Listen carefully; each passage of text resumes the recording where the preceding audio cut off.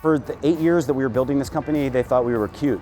And now, we're at the LA Auto Show and our vehicle is right out front. And so I think that they are taking note. I think they're and especially when they see companies like Google and Apple and technology companies that want to make a car, they were already concerned. But now when they see somebody who's changing the way it's manufactured altogether, I think that this is going to change. Olli, close the door.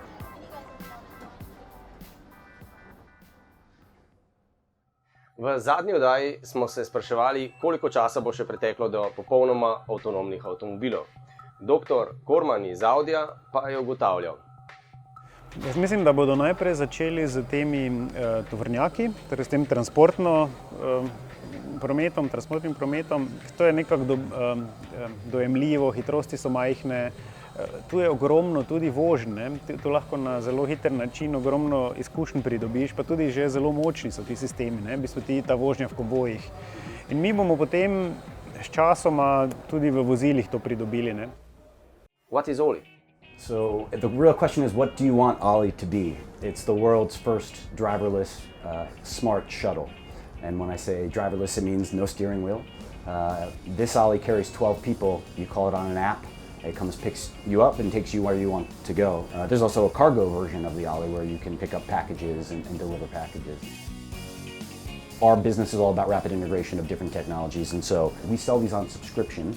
So you don't buy it, you're subscribing to it, and we call it upgradable hardware. So in a world where things like sensors or LiDAR are developing very quickly, you can bring the Olli back to us on an annual basis, and we put new technology on.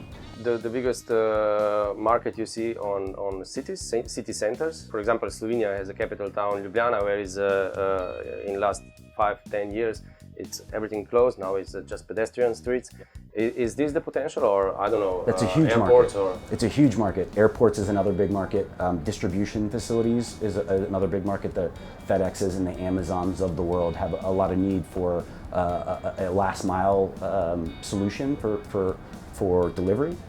We also see theme parks, the Disneylands of the world, college campuses.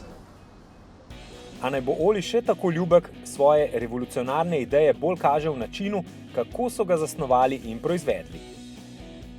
Locomotives is a OEM that is founded on two key principles. The first being co-creation. We have designers and engineers around the world that don't work for us, who participate in designing our vehicles, and we pay them a royalty if we use their ideas. And the second piece is micro-manufacturing, so we make our vehicles where they're used. Traditional plants make hundreds of thousands of units. Our microfactories are capable of 3,000 units a year of flexible manufacturing, whatever vehicles the local population wants. So, Olli will be produced. Where will be the need for such a car or mover? Correct. The difference in our business model and the traditional automotive business models, we don't expect to make 1 million units of anything. We make enough units to saturate a local market, and because we don't make it until you've bought it, we don't have to invest billions of dollars in a big factory. But local producer needs some tools. Is this what is getting with cooperation with you? Or so Locomotors, before we produced Olli, we were best known for 3D printing, the world's first 3D printed car, direct digital manufacturing. And this is where we believe we're leading the market. You don't need new tools if you use digital manufacturing, which is really what changes the game. That's so much of the cost of a new factory is producing the tools, and with direct digital manufacturing, you don't need to reinvest in tools for different product lines. So they will just need 3D printer? Several Basically. 3D printers, Yeah. and a little more than that. Right now it's two different machines, additive manufacturing, which is printing, and then subtractive, which is milling, and then we assemble the components onto it. 3D tiskanje torej omogoča popolno preobrazbo avtomobilske industrije. As opposed to taking 7 years to bring this vehicle to market, it took us 2 months to bring this vehicle to market. As opposed to $800 million, this cost us under $1 million.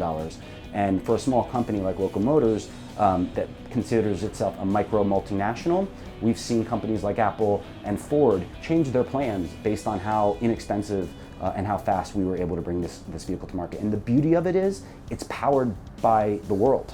Local Motors exists because of the brain power of people everywhere that don't work for us, but want to participate and see their ideas come to life and actually participate in the upside of those ideas. The world has been about countries that manufacture and countries that do not.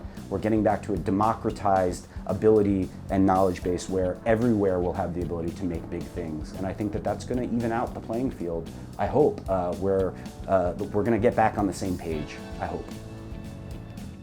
Demokratizacija znana torej. Kje smo pa Slovenci? Yeah, I mean, I've been fascinated by the quality of the engineers in Slovenia and beyond. And I think we have likely as many participants in Eastern Europe and in the Baltics as we do from the United States. We have vehicles that we've produced by who the winning designers were, Romanian.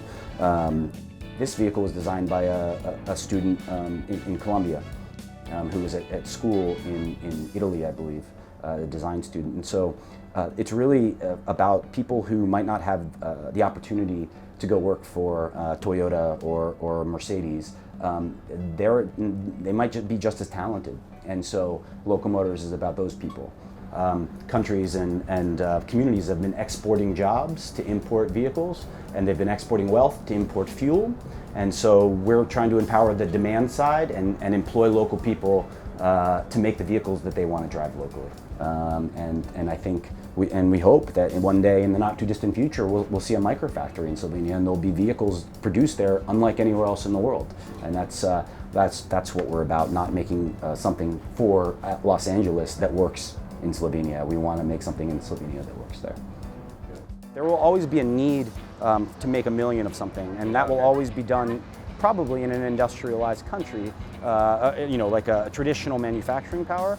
But I think that the most innovative things are going to start to come from countries and communities that you might not expect because they're empowered to do so.